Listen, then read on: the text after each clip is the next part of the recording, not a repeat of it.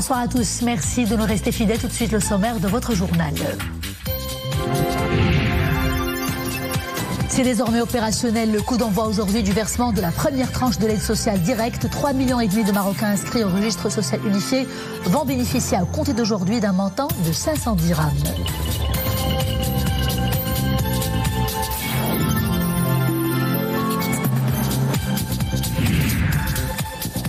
Sport football, annonce de la liste des Lions de l'Atlas retenus pour jouer la CAN ivoirienne. 27 joueurs convoqués pour défendre les couleurs nationales lors de ce tournoi continental. À suivre dans ce journal la conférence de presse du coach national Walid El-Gregui.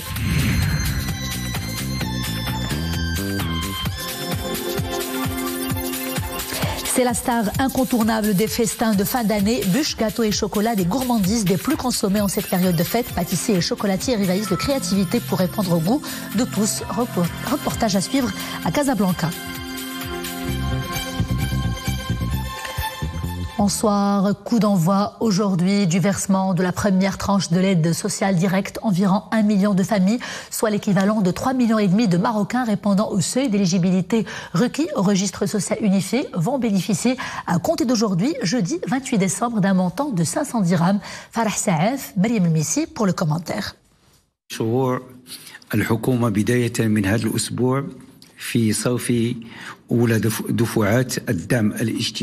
C'est désormais opérationnel. Le régime d'aide sociale directe prend forme avant la fin de l'année.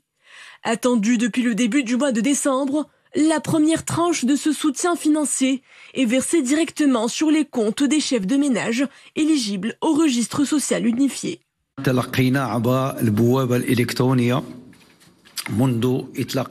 Depuis son lancement début décembre à ce jour, la plateforme digitale dédiée à l'enregistrement des personnes désirant bénéficier de l'aide sociale a enregistré 1 900 000 demandes. Un chiffre appelé à évoluer les prochains jours. Ils sont 1 million de familles, soit 3,5 millions de Marocains, à recevoir la première tranche du montant de l'aide dès ce jeudi, dont la valeur est estimée à 500 dirhams par famille, quelle que soit sa composition. Le dépôt des dossiers reste ouvert au reste des familles répondant au seuil d'éligibilité. Celles qui auront déposé leur dossier après le 10 décembre recevront les versements de décembre et janvier à la fin du mois prochain. Ce chantier est le fruit d'une vision royale prospective qui érige la famille au centre de ses préoccupations. Le capital humain se place au cœur de toutes les initiatives de développement. 2023, une année charnière dans le processus de mise en œuvre des chantiers de l'État social. Aide au logement, généralisation de l'assurance maladie obligatoire, aide sociale directe aux familles en situation de pauvreté ou de précarité. Autant de politiques publiques qui répondent aux besoins des citoyens et consacrent un modèle d'État social performant et inclusif. Et pour en parler plus longuement, nous sommes en direct avec professeur Drissa Issaoui, analyste politique et économique. Drissa Issaoui, bonsoir. C'est donc une grande première au Maroc, des aides financières versées directement aux familles défavorisées. La première tranche de ces aides va bénéficier à environ 1 million de familles répondant au seuil d'éligibilité requis du registre social unifié. Quelle est la portée de ces aides dans le chantier de la consolidation des piliers de l'État social au Maroc ? C'est effectivement un pilier, comme vous l'avez dit, un bouclier social extraordinaire qui a été imaginé par le gouvernement et particulièrement impulsé par Sa Majesté le roi Mohammed VI, qui a donné justement ces instructions pour que ce bouclier soit véritablement opérationnel. Et aujourd'hui, cette aide directe va bénéficier aux familles qui en ont besoin et qui n'ont pas de couverture médicale, qui n'ont pas de couverture sociale. Et ce sont des gens qui aujourd'hui vont pouvoir recevoir cet argent directement parce qu'ils sont inscrits sur ce qu'on appelle le registre social unifié. Et le registre social unifié, il existe, il y a un site web qui permet, d'ailleurs, on a entendu les déclarations du chef du gouvernement qui l'a dit, ils ont reçu pratiquement quelque chose comme 1 million de demandes et qu'aujourd'hui, ils sont opérationnels et à partir de ce jour, les gens vont pouvoir recevoir mensuellement cette aide directe de l'État à ces familles-là. Mais l'effort va porter sur d'autres formes de soutien de l'État à ces familles, que ce soit l'aide directe sous forme d'argent en numéraire ou l'aide, par exemple, pour l'acquisition de logements à ces familles-là.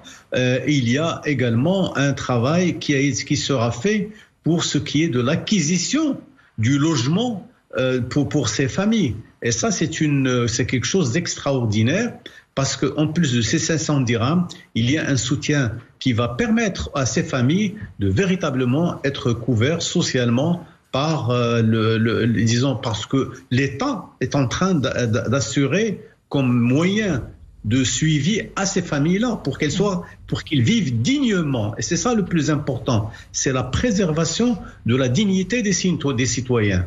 Driss Aissaoui, parmi les critères d'éligibilité à ces versements directs, le passage, nous le disions, obligatoire au registre social unifié. Comment cela se passe de manière beaucoup plus concrète? Expliquez-nous. C'est très simple.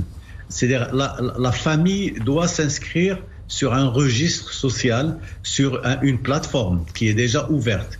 Et aujourd'hui, nous savons, par exemple, si on veut prendre les statistiques des téléphones, des portables, l'accès à l'Internet est devenu une règle importante pour toutes les familles marocaines. Et les gens s'inscrivent. Quand ils s'inscrivent, je vous rappellerai une seule chose, c'est que le ministère de l'Intérieur a déjà ouvert la possibilité aux jeunes de s'inscrire. Et surtout, il a recruté beaucoup de jeunes femmes et de jeunes hommes qui sont en train de travailler sur ce registre social unifié. Et quand on est inscrit, ça veut dire qu'on est identifié et que l'État peut faire le suivi de manière permanente à ces familles-là et leur donne l'accès que ce soit à cette aide directe ou à d'autres moyens de subsistance, à d'autres aides que l'État est en train de mettre en place. Donc une digitalisation et un capital humain qui est mobilisé pour la bonne marche et pour la concrétisation de ce grand chantier social. Nous sommes donc devant un plan social de Driss Aissaoui qui est large, sous impulsion royale, avec un ciblage plus précis. On veut de prêter main forte aux couches, nous le disions, défavorisées. À combien se chiffre cette population de Driss Aissaoui et quelles sont les autres composantes clés de ce programme social? Je pense que si on veut faire un chiffrage global, il s'agit de quelque chose comme 10 millions de personnes qui ont ce besoin et qui sont prêts et qui sont dans le besoin pour recevoir cette aide directement de l'État. Alors, cette aide sera la bienvenue, mais en même temps, je pense que cette vision et cette initiative royale va permettre aux Marocaines et aux Marocains de pouvoir bénéficier de conditions de vie dignes et respectables pour toutes les familles qui seront concernées par ces aides directement. Parce qu'il y en a d'autres qui n'en ont pas besoin, ils ne vont pas venir demander cette aide. Mais ceux qui en ont besoin, ils vont recevoir cette aide de manière directe. Je vous l'ai dit, et même pour la couverture sociale, ce sera fait. Pour ce qui est de l'acquisition de logements, ce sera fait également. Donc, ce sont tous des outils et une panoplie de moyens pour faire que les Marocaines et les Marocains puissent être véritablement des membres d'une société solidaire, une société forte qui va permettre aux uns et aux autres de vivre dans la dignité et dans la clarté et surtout dans le soutien total de l'État dans le cadre de cette solidarité agissante du Maroc. Driss Aissaoui, analyste politique et économique, merci beaucoup de cet éclairage. Merci. Stratégie forêt du Maroc 2020-2030, un contrat de financement de 100 millions d'euros a été signé aujourd'hui à Rabat entre le Maroc et la Banque européenne d'investissement. Ce contrat de financement afférent à la stratégie s'inscrit dans le cadre de la coopération entre le Maroc et la Banque européenne d'investissement. Ce partenariat financier s'inscrit également dans le cadre des efforts déployés par le Maroc sous la vision éclairée de Sa Majesté le roi Mohammed VI, et cela pour la modernisation et le renforcement de la compétitivité du secteur des eaux et forêts.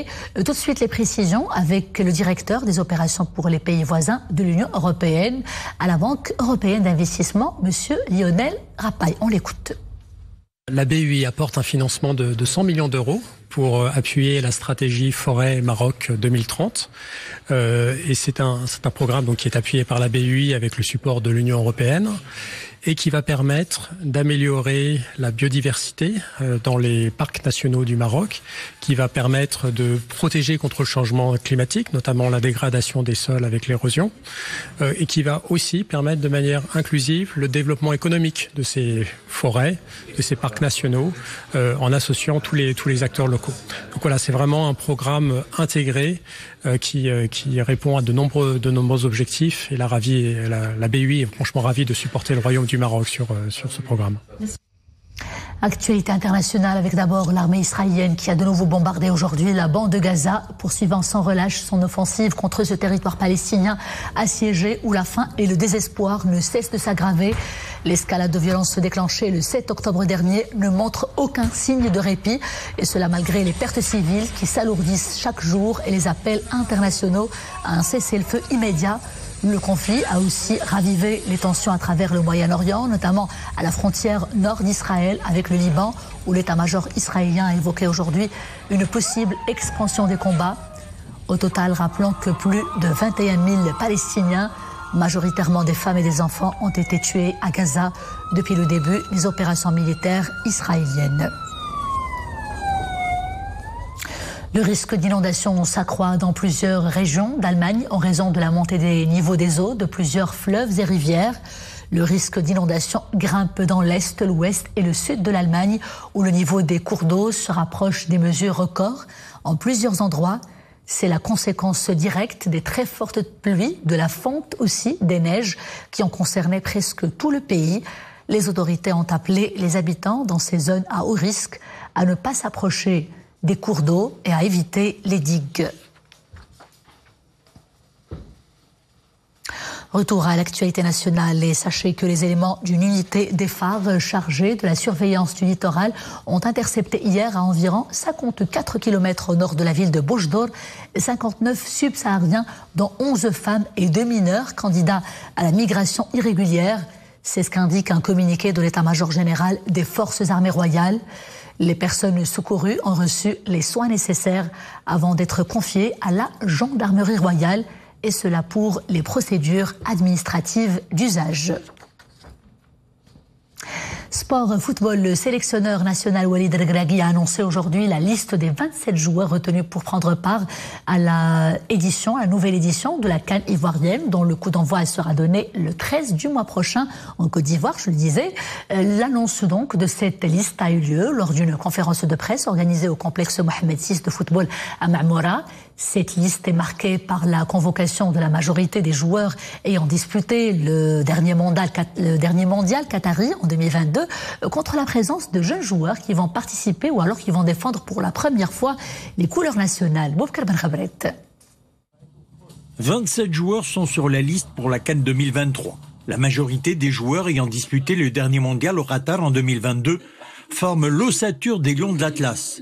De jeunes joueurs sont de la partie pour défendre les couleurs du Maroc en Côte d'Ivoire, à l'image de Chedi, Riyad, Betis Séville, Espagne, Emile Richardson, Stade de Reims, France, ou encore Oussama Al-Azzouzi, qui joue à Bologne, en Italie. Seule surprise, Mohamed Chibi, arrière droit du Pyramide FC, qui remplace Ayoub Emloud, blessé. Chibi évolue, comme vous le savez, au Pyramide FC. C'est un joueur qui connaît le football en Afrique. Il mérite sa place en équipe nationale. Il peut apporter beaucoup au groupe. Hier, il n'était pas sur la liste des convoqués. Aujourd'hui, il fait partie du groupe. Presque un an après la formidable épopée en Coupe du Monde au Qatar, Walid Regragui réaffirme sa confiance dans les cadres de l'équipe nationale. Nous avons un groupe qui fera le maximum pour faire plaisir aux millions de supporters et tenter de ramener le trophée au Maroc. La promesse Ce que je peux promettre à tous les supporters, c'est que nous ferons le maximum pour rendre heureux tout le peuple marocain, comme nous l'avons fait au Qatar en Coupe du Monde. Après, on ne peut pas en être sûr à 100%, car on ne maîtrise pas tous les éléments. Par contre, on peut contrôler notre engagement et notre état d'esprit pour faire plaisir à nos supporters. Il y a l'envie de faire plaisir à nos supporters. Les Lions de l'Atlas évolueront dans le groupe F lors de la CAN, aux côtés de la Tanzanie, la RDC et la Zambie.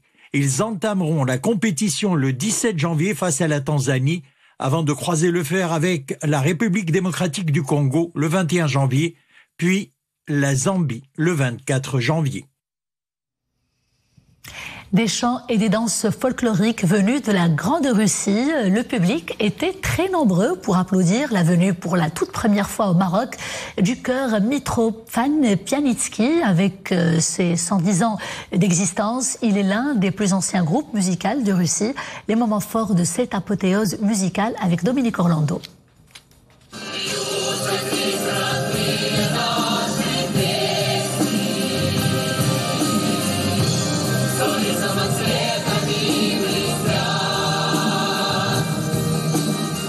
C'est toute la force des chants folkloriques, et d'où qu'ils viennent d'ailleurs, dès l'instant où se fait entendre les toutes premières notes de musique.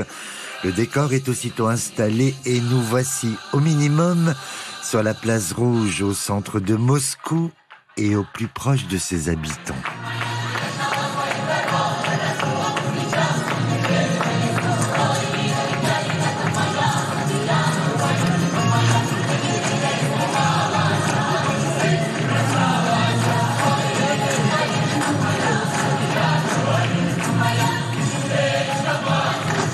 D'une scène à l'autre, c'est ainsi toute l'histoire de la nation russe qui défile sous nos yeux, un peu comme sur le principe de ces fameuses poupées Matrioshka, qui n'en finissent jamais de délivrer tant de nouvelles histoires.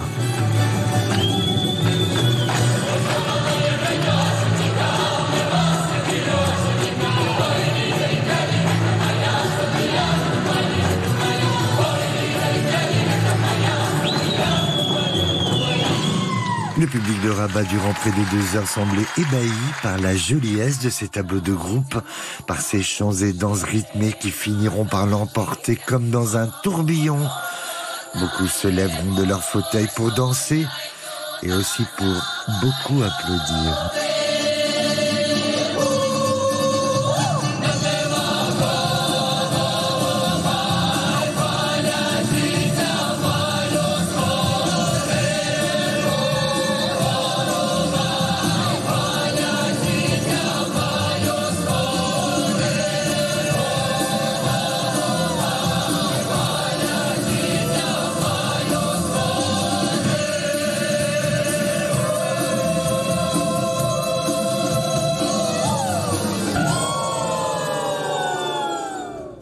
En cette période de fin d'année, le chocolat est l'un des produits les plus prisés. Nous parlons bien sûr du produit à part entière et aussi de celui faisant partie de la confection des bûches et des gâteaux de fin d'année. Les chocolateries et les pâtisseries spécialisées rivalisent de créativité pour confectionner des variétés que les consommateurs s'arrachent. Reportage à Casablanca avec Mohamed Laroui, Leila Asli et Zakaria Moqim Billah.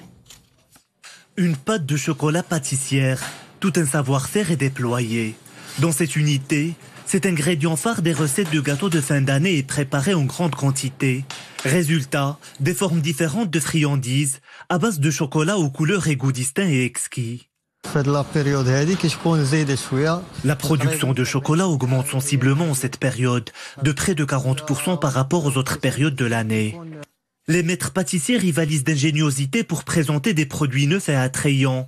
Le chocolat est décliné sous toutes les formes, le tout à base de grains de cacao importés. Ces grains de cacao donnent une saveur particulière au chocolat, en fonction de leur pays d'importation. Par exemple, la Côte d'Ivoire, le Mexique ou le Ghana nous procurent un chocolat spécial. Il y a une forte demande sur le chocolat. Nous confectionnons des effigies du Père Noël ou des oursons. Nous fabriquons un chocolat au goût nouveau avec des emballages attrayants. Le chocolat fabriqué servira à la confection de bûches et gâteaux de fin d'année, de même que les plats de chocolat proposés dans des coffrets cadeaux. Un produit des plus prisés en cette période festive, même si les prix connaissent une hausse notable. Mais c'est loin de décourager les amateurs désireux de faire le plein de douceur. Et le clap de fin de ce journal nous emmène à Londres, une capitale de toutes les créations en cette période de fin d'année. Sur ces images, une ville plus vraie que nature, confectionnée à partir du pain au gingembre, une idée ingénieuse d'une cinquantaine d'architectes londoniens. Mais au-delà de l'aspect festif qui marque la Saint-Sylvestre, eh bien l'idée est de sensibiliser le public à l'importance de préserver la qualité de l'environnement urbain dans l'une des plus grandes capitales du monde. Je vous laisse donc avec ces images qui vont signer le clap de fin de ce journal et je vous dis à très bientôt, toujours avec grand plaisir.